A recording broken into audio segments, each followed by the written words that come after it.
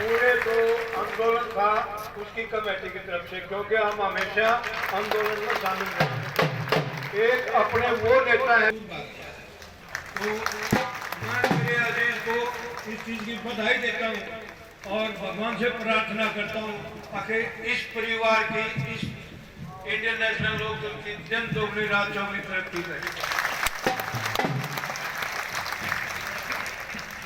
बहुत बहुत धन्यवाद दोनों जैसी रावत जी का। अब मैं प्रार्थना करूंगा किसान गरीब के मसीहा दलित के नायक माननीय चौधरी अवैसी चौटाला जी से वो आए और अपना संदेश आप लोगों को दे। भाई अवैसी चौटाला जी।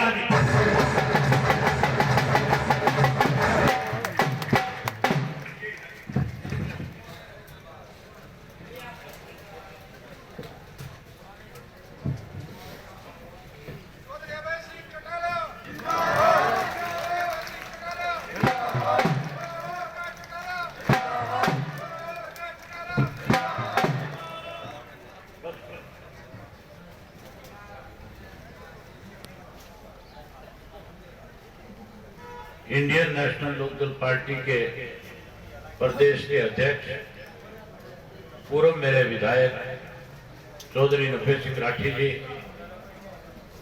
बादली विधानसभा क्षेत्र से पूर्व मेरे विधायक भाई नरेश शर्मा जी,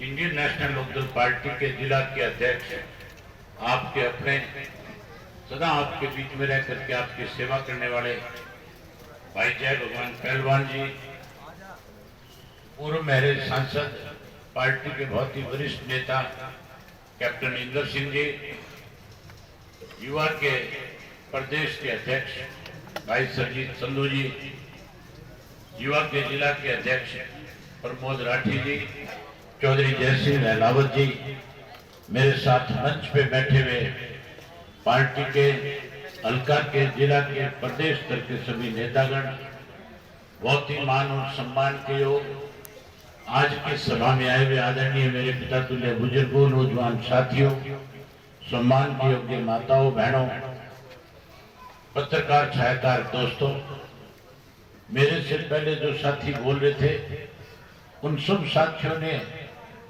इस प्रदेश में, देश में भाजपा की सरकार बनने के बाद किस किस्म के हालात रहे, कौन कौन से वायदे भारतीय जनता पार्टी देश और प्रदेश के लोगों के बीच में करके आपका वोट लेकर के सत्ता में आई, और सत्ता में आने के बाद जहां वायदे पूरे करने थे, अपने वायदे निभाने की बजाय लोगों के बीच में परेशानियां खड़ी करी, उन सब बातों की चर्चा आपके बीच में मेरे से पूर्व बोलने वाले साथियों ने बताई।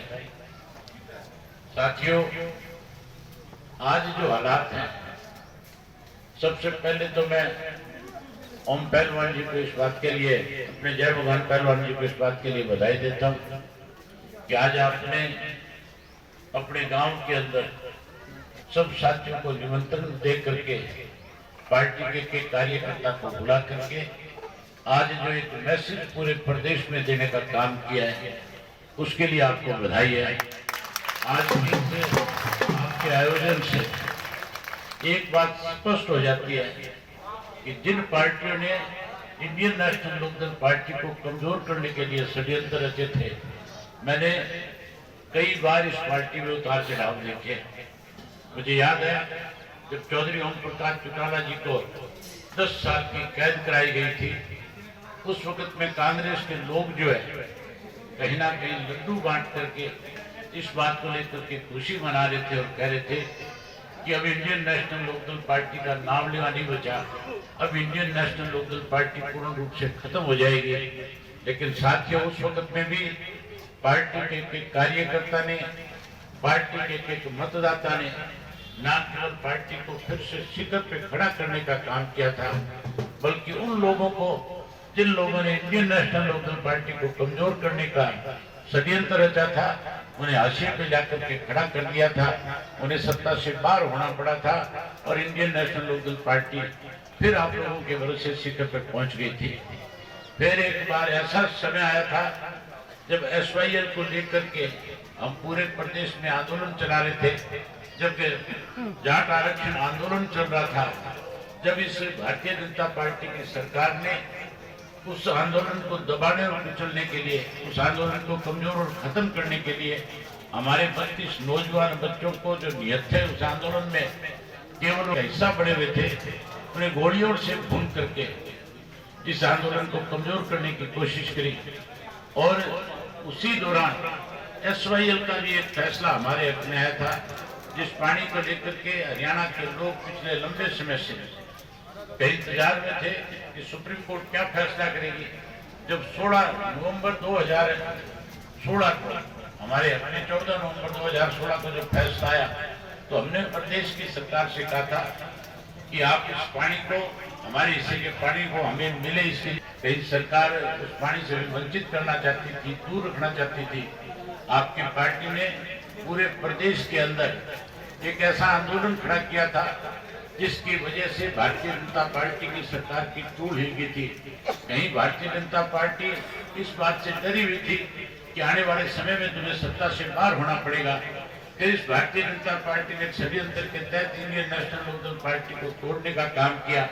कुछ हमारे स्वार्थी ऐसे लोग थे जो नहीं चाहते थे कि इंडियन नेशनल लोकदल पार्टी सत्ता में आए, वो चाहते थे कि तुम्हारा सत्ता में किसी तरह कोई दाव लग जाए। इसलिए उन्होंने अपने लालच के लिए आप लोगों की भावनाओं के साथ खिलवाड़ करने का काम किया, हरियाणा के लोगों के साथ विश्वासघात किया। चौधरी देवीलाल का फोटो लगा करके, चौधरी देवीलाल की नीतियों का बखान करके, कहीं लोगों के बीच में बिचारे बन के ये कह करके कि हमें घर से निकाल दिया, आप लोगों का सहानुभूति बटोरने का काम किया। आज साथियों, जिस पार्टी को भारतीय जनता पार्टी ने षड्यंत्र के तहत पिछले विधानसभा के चुनाव से पहले तोड़ने का काम किया था, आज आपने फिर उस बात पे मोहर लगा दी कि इंडियन नेशनल लोकदल पार्टी आने वाले समय में 2024 में विधानसभा और लोकसभा का जब चुनाव होगा तो केवल और केवल इस प्रदेश में इंडियन नेशनल लोकदल पार्टी के मेंबर पार्लियामेंट और विधायक चुने गए। बड़ी संख्या में आप यहाँ पे आज उपस्थित हुए हैं। जो भी कोई साथी इसको सोशल मीडिया के माध्यम से देख रहा होगा वो सोचने पे मजबूर हो जाएगा कि जिसको खत्म करना चाहते थे आज वो फिर ऊंचाइयों की तरफ बढ़ रहा है। जिन लोगों ने षड्यंत्र रहते थे आज उन लोगों के खिलाफ लोगों में नफरत पैदा हो गई है। साथियों, अब पिछले दिनों विधानसभा का सेशन आया था, अभी सेशन चल ही रहा है। सेशन के दौरान हमारा जो महामहिम गवर्नर है उससे एड्रेस कराया गया था। उस एड्रेस को एक किताब लिख करके दे दी गई थी कि आप इसको पढ़ करके विधानसभा में बताएं कि सरकार का अगले 1 साल का विजन क्या है, हम अगले 1 साल में क्या करने जा रहे हैं। अब ये सोच करके महामहिम का भाषण सुन रहे थे, अभी भाषण सुन रहे थे कि सरकार अगले 1 वर्ष में क्या काम करेगी, लेकिन ऐसा कुछ भी उसमें नहीं था कि जिससे महामहिम भी उसको आके पढ़ सके। उन्होंने उसके 4 पन्ने पढ़ने के बाद ये कह करके किताब को बंद कर दिया कि आगे का सारा जो है मेरा पढ़ा माना जाए, क्योंकि वो भी नहीं चाहते थे कि इस तरह की झूठी बातें जिससे केवल लोगों को भ्रमित किया जा सके, केवल लोगों के अंदर भ्रम पैदा किया जा सके। उन्होंने भी पढ़ने से इनकार कर दिया था। जब मेरा बोलने का समय आया था उसमें लिखा हुआ था, आपको सुनकर के भी हैरानी होगी, प्रदेश की सरकार की तरफ से लिखा था कि सबका साथ सबका विकास। दूसरा उसमें लिखा हुआ था हरियाणा एक, हरियाणा में एक। और तीसरा उसमें ऊपर लिखा हुआ था अब सबका विश्वास। तो सबके विश्वास की जो बात थी, जो लाइन लिखी हुई थी, मैंने उस लाइन को पढ़ करके मुख्यमंत्री से कहा था, सदन में बैठे मंत्री और विधायकों से बताया कि विश्वास तो आप बहुत पहले खो चुके हो। आपका विश्वास, आपके प्रति लोगों का विश्वास जब कोरोना काल चला था, जब महामारी हरियाणा प्रदेश में दस्तक दे रही थी, जहां आप लोगों में विश्वास पैदा करना चाहिए था, उस दौरान जब लोग अपने घरों में दुख के बैठे थे, सरकार ने लोगों में विश्वास पैदा करने के बजाय कहीं अपना भरोसा खोने का काम किया था। पहले आपने कोरोना काल में अपना विश्वास खोया, फिर मैंने मुख्यमंत्री से कहा कि मुख्यमंत्री जी जब कानून बनाए जा रहे थे, लोग उन कानूनों का जब विरोध कर रहे थे, तो आपका विधानसभा का सेशन आया था और उस सेशन के दौरान आपने सभा में एक प्रस्ताव लाने का काम किया था और ये कहा था कि जो इन कानूनों के हक में है वो इस प्रस्ताव को पास करा देंगे। और जो इसके अगेंस्ट है वो आज इसका विरोध करने का काम करेंगे। मैंने कहा कि क्योंकि बहुमत आपके पास था, प्रस्ताव तो आपका पास होना था, लेकिन जिस कांग्रेस पार्टी को उस प्रस्ताव का विरोध करना चाहिए था, मुझे बड़ी हैरानी थी उस वक्त में कि कांग्रेस पार्टी ने उसका विरोध करने की बजाय वॉकआउट करके विधानसभा से बाहर चले गए थे। मैं अकेला विधानसभा में था जो उसका विरोध कर रहा था। जब मैं बोलने लगा तो मुझे बोलने से पहले स्पीकर ने कहा था कि अभय सिंह जी, हमें लगता है आप भी कांग्रेस की तरह वॉकआउट करके जाओगे। मैंने कहा मैं वॉकआउट करने वालों में से नहीं हूँ। मैं जो आप प्रस्ताव लेकर के आए हो, मैं उस प्रस्ताव के विरोध में हरियाणा के किसान की आवाज को विधानसभा में बुलंद करने का काम करूंगा। मैंने कहा कि जब मैं बोलूं तो आप आराम से मेरी बात को सुन लेना। तो कहने लगे ठीक है।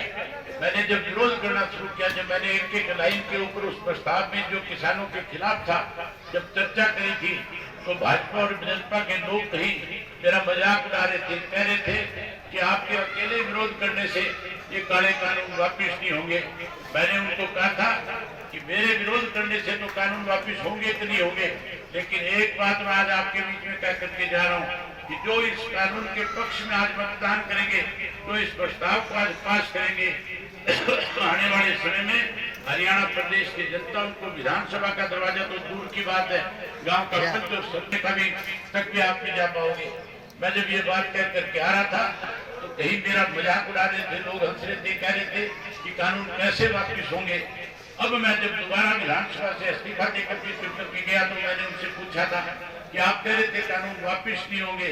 मैंने कहा कि काले कानून भी वापिस हुए, आपने सो प्याज भी खाए, सो जूते भी खाए, कानून भी वापिस हुए,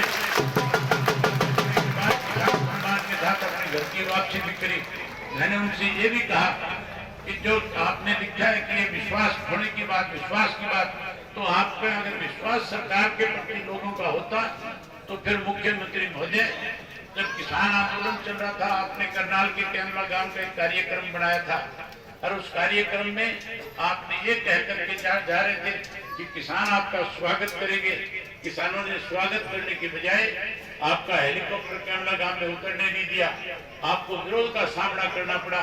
आपके हालात इस किस्म के थे उस आंदोलन के दौरान, आपका कोई भी एक मंत्री सड़क के रास्ते से अपने घर भी जा सकता था। रात को चोरी छुपे कहीं ना कहीं प्राइवेट गाड़ियों में बैठ करके चोर रस्तों से अपने घर जाते थे। लोग शादी का निमंत्रण नहीं देते थे, किसी के दुख में शामिल नहीं हो सकते थे। आपका विश्वास तो लोगों के प्रति उस दिन खत्म हो गया था जिस दिन आप उन 3 काले कानूनों के पक्ष के अंदर प्रस्ताव लेकर के आए थे। मैंने उनको कहा कि ताजा उदाहरण हो रहा है आपके लिए। अभी पिछले दिनों में का इलाहाबाद का उपचुनाव हुआ था, जिस उपचुनाव में कांग्रेस, भाजपा, जसपा सारे लोग इकट्ठे हो गए थे। तो हमारी सबकी एक ही सोच थी कि अगर अभय सिंह को चुनाव में हरा लेंगे तो जो कानून किसी के 3 काले बने हुए लोगों के बीच में जाकर के ये कहेंगे कि लोगों ने फिर से इस बात पे मोहर लगा दी कि कानून सही है। लेकिन लोगों ने मुझे 9000 ज्यादा वोट दे करके जहाँ कांग्रेस की जमानत जब्त कराई, वही आपके पार्टी उम्मीदवार को भी हराने का काम किया कि हम ये कृषि के बने हुए 3 काले कानूनों के खिलाफ आज फिर मोहर लगा करके ये साबित करते हैं कि कानून गलत बनाए गए हैं। मैंने कहा कि आपके खिलाफ तो विश्वास उस वक्त भी उठ गया था जब आप विधानसभा में इसको लेकर के चर्चा कर रहे थे। आपके अपनी पार्टी के लोग अलग अलग तरह की बातें कर रहे थे। मैंने कहा आपका विश्वास तो आज एक दूसरे पे भी नहीं है और आज आपने ये बात साबित कर दी। यहाँ हजारों की संख्या में माताओं और बहनों ने इकट्ठे होकर के, आप लोगों ने इकट्ठा होकर के इस बात पे मोहर लगा दी कि इस प्रदेश की सरकार के ऊपर आज हरियाणा प्रदेश के किसी व्यक्ति को भरोसा नहीं है। हर वर्ग के लोग आज इस सरकार से दुखी है, परेशान है। लोग बदलाव चाहते हैं, लोगों की इच्छा है कि चौधरी देवीलाल के सपनों की सरकार बने। आपका विश्वास उस दिन खोया गया था जिस दिन बुढ़ापा पेंशन जो चौधरी देवीलाल ने 100 रुपये माहवार दी थी और चौधरी देवीलाल ने सम्मान के रूप में जो पेंशन दी थी। जब पेंशन बनाई थी तो किसी की आय नहीं देखी थी, केवल उम्र देखी थी कि जिसकी 65 साल उम्र होगी उसको 100 रुपये माहवार पेंशन मिलेगी। आज से 35 साल पहले जो 100 रुपये पेंशन दी गई थी उस वक्त का 100 रुपये आज के 10,000 से भी ज्यादा है। अगर आने वाले समय में आप लोगों ने इंडियन नेशनल लोकदल पार्टी को चौधरी देवीलाल की नीतियों की सरकार बनाने का काम किया, तो जो पेंशन 100 रुपए शुरू करेगी थी, उस पेंशन को जिसकी कीमत आज 10,000 से भी ज्यादा है, हम 10,000 रुपया करके बुजुर्ग का मान और सम्मान बढ़ाने का काम करेंगे। हमारे आपके साथ जो बैठे हुए लोग हैं, जो कहीं ना कहीं चौधरी देवीलाल की नीतियों को आपके गिरवी रखने का काम किया है, जिन लोगों ने कहीं युवाओं के साथ धोखा किया है, जो कहा करते थे कि हम हरियाणा प्रदेश के एक युवा को, एक नौजवान को रोजगार और नौकरी देने का काम करेंगे, तो ये कहा करते थे जो बेरोजगार रह जाएंगे उन्हें 11,000 रुपए बेरोजगारी भत्ता देंगे। आज वो युवा जो है सबसे ज्यादा कहीं ना कहीं इस बात को लेकर के मायूस है कि उनके साथ धोखा हुआ है। वो युवा भी आप बदलाव चाहता है। हम उन युवाओं को इस बात का भरोसा और विश्वास दिलाते हैं कि आपको चिंता करने की जरूरत नहीं है। हमारी जब सरकार बनेगी, जब आप इंडियन नेशनल लोकदल पार्टी को सत्ता में लेकर के आओगे, तो न केवल एक घर से एक पढ़े लिखे युवा को रोजगार और नौकरी देने का काम करेंगे।